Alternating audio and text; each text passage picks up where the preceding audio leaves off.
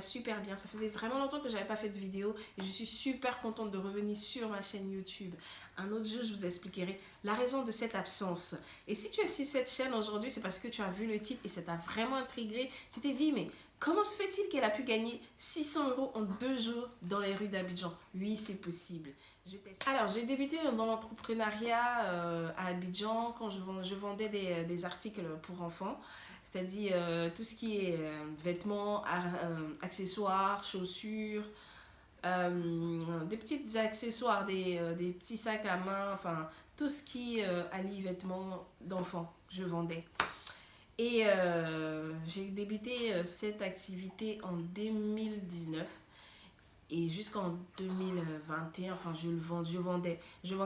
on avait une équipe à Abidjan aussi qui était chargée de livrer et de réceptionner les commandes et c'était super bien. Franchement, pour ceux qui veulent investir en Afrique et qui sont à l'extérieur, essayez de trouver une personne qui est disponible et qui est surtout fiable parce que c'est très important.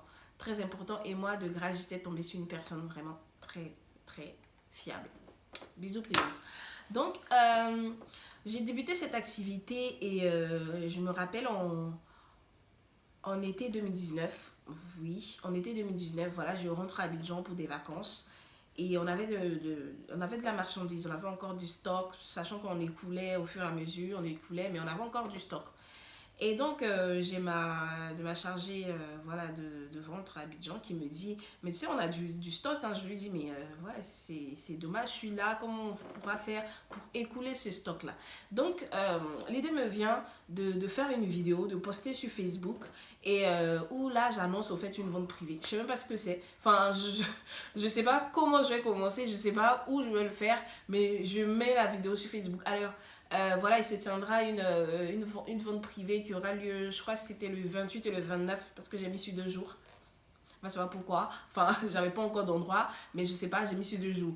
Le 28 et le 29 octobre, bah, le lieu, bah, c'était à la maison. J'ai dit, bah, à la telle cité, voilà, venez, ça sera voilà, de telle heure à telle heure, mais j'avais encore rien prévu. Bon, ce qui s'ensuit, c'est que, voilà, en parlant et tout, à ma famille et tout, j'ai ma tante qui me dit, mais tu sais, j'ai un magasin et tu peux vendre devant. Je lui dis, ah, c'est pas une mauvaise idée. C'est pas une mauvaise idée. Du coup, je refais un autre poste où je précise bien le lieu. Voilà, c'était à André Château et tout ça. Et du coup, top. Le 28, nous, on a pris tous nos affaires. Le matin, on se rejoint avec ma team. On se rejoint voilà, devant le magasin. On essaie de placer une bâche. Bon, puisque elle est faite dans la location de bâches, de tout ce qui est articles, bâches, logistique et tout ça, vous savez, pour les mariages. On fait ça, on met une petite bâche et tout, on met nos articles et tout. Je vous montrerai des vidéos, c'est sûr. Et qu'est-ce qui se passe le samedi? Et comme par hasard, à côté, il y avait une supérette qui ouvrait. Et le gérant de la supérette, lui, il avait loué, enfin, il avait loué des baffes, voilà, des baffes.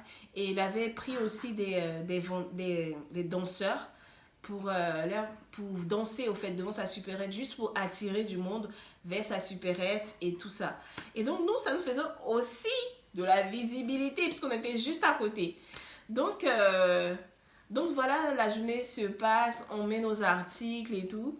Et voilà, on a des gens qui passent, qui circulent. C'est vrai que c'était le week-end, c'était samedi. On s'est dit, bon, samedi, ça va aller. Il y a des gens qui vont sortir. On craignait plus le dimanche. Parce que le dimanche, bah, c'est censé les gens sont censés aller à l'église et après rentrer. C'est pas tout le monde qui sort le dimanche. Donc, le samedi, la journée se passe bien. Les gens, ils passent. On essaie de les vendre, de vendre au maximum. Et comment on arrive à vendre? Voilà. Donc, ça a été vraiment spontané. C'est-à-dire, on prenait des articles et on partait directement devant les gens. On partait directement devant nos articles. Écoutez, regardez, voilà, on vend des habits pour enfants et tout. Et vraiment, c'était ça, quoi. On partait directement. Même parfois, quand les taxis s'arrêtaient, vous voyez, pour descendre les passagers, bah, on montrait quand même nos articles. On montrait nos articles, même aux chauffeurs, à tous les passagers qui étaient dans la truc. Et il y a des gens parfois qui descendaient pour acheter. Et tous les passagers aussi qui passaient, voilà. Et on leur donnait nos numéros, nos contacts et tout. on n'avait pas vraiment conscience de l'argent qu'on gagnait, parce que dès qu'on vendait, on mettait directement dans notre caisse. Et franchement, on n'aurait pas pu imaginer avoir cette somme, parce que le but, c'était même pas de faire des bénéfices, je vous dis, c'était même pas vraiment de faire des bénéfices, parce qu'on vendait pas à perte, mais juste pour écouler le stock, vous voyez. Et donc, on vendait. Et je pense que ça a été ça notre stratégie, la stratégie qui a payé au fait. C'est juste de ne pas avoir honte, de faire ce que, ce qui nous vient en tête, et puis de foncer, je pense. Approcher les gens sympathiquement, on souriait, voilà, on était détendu, et je pense que c'est ce qui a payé. On avait des retours d'une dame qui nous a dit, mais franchement, j'avais pas envie d'acheter, mais vous m'avez convaincu, je sais pas, vous donnez envie au fait d'acheter. Mais je sais pas, on était authentique. On dansait même avec les danseurs. Vous vous rappelez que je vous ai dit des danseurs qui ont été pris par le gérant de la supérette. On dansait même avec eux et tout ça. Et quand les gens ils voyaient ça, ils se disaient, mais des jeunes filles qui essaient de vendre quelque chose, je sais pas. Mais en tout cas, ça les attirait. Et parfois, Seigneur, franchement, ceci-là, ce n'est pas facile, hein, franchement. On, on traversait même la rue pour aller sur l'autre rue, pour aller proposer nos articles aux gens.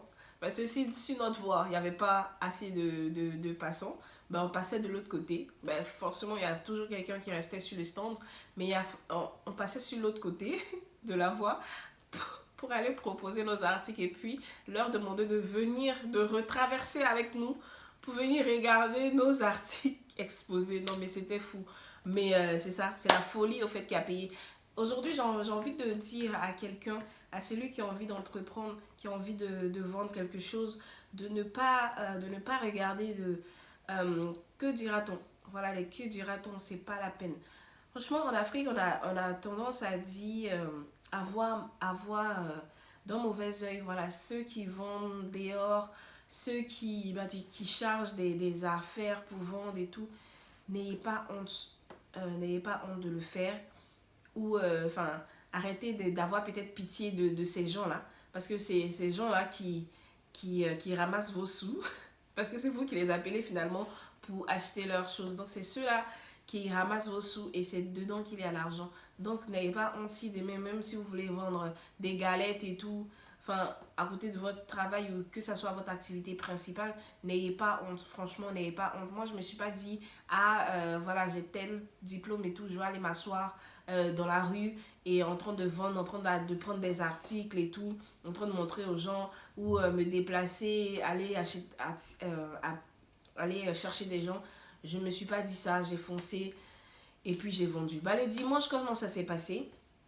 Le dimanche, pareil, on a fait la même chose. Le dimanche, c'était un peu plus calme, parce que comme je vous ai dit, le dimanche, généralement, les gens, ils se reposent, ils vont à l'église. On avait même peur. Mais à la sortie de l'église, franchement, c'était super, parce à la sortie de l'église, les gens, ils passaient devant nos stands et tout, notre stand plutôt. Et, et donc, on les approchait aussi pareil. Et, à la fin des 2 jours, on a compté l'argent qu'on a eu. Et on avait plus de 400 000, je crois, donc plus de 600 euros pour ces 2 jours de vente. Et on était vraiment, I was like, c'est vrai, on a fait ça. Voilà, donc on a écoulé nos marchandises qui n'ont pas pu être vendues. On a écoulé notre marchandise, pas à perte. On a eu quelques bénéfices dessus. Mais je vous dis, c'est possible, c'est possible. Et même si, moi, c'est parce que je voulais vraiment écouler ce qui était là. Parce qu'on avait vraiment déjà fait beaucoup de bénéfices et tout. Donc, il fallait vraiment écouler et ramener d'autres affaires. Mais je vous dis, même si je gardais mes prix, je suis sûre que j'aurais eu de l'argent. J'aurais eu des ventes, quoi. J'aurais fait des ventes et j'aurais eu de l'argent. Donc je pense que le but aujourd'hui de ma vidéo, c'est de ne pas, c'est vous inciter au fait à vraiment faire ce que vous avez envie de faire. C'est-à-dire, si aujourd'hui tu te lèves, tu te dis, hein, j'ai envie de vendre des galettes, des beaux flottos, de la loco devant ma cour, parce que je suis coincée et j'ai besoin vraiment d'argent, fais-le. c'est pas la peine d'aller forcément toujours quémander en fait de l'argent, donnez-moi l'argent, donnez-moi l'argent. Si tu peux faire une activité et tout qui pourra te rapporter de l'argent, n'aie pas honte, fais-le. Ça sert à rien de toujours demander de l'argent et tout. C'était ma vidéo d'aujourd'hui. J'espère qu'elle vous aura plu. Dites-moi en commentaire si vous avez peut-être entrepris dans une activité un peu similaire où vous vendez des or, ou si vous avez envie de vous lancer dans une activité quelconque. Laissez-moi en commentaire votre avis sur ma vidéo. Et si vous avez des suggestions, je suis preneuse, je vous dis. Je suis preneuse, donc je vous fais plein de bisous. Et puis je vous dis à la prochaine pour une autre vidéo. D'ici là, portez-vous bien. Ciao!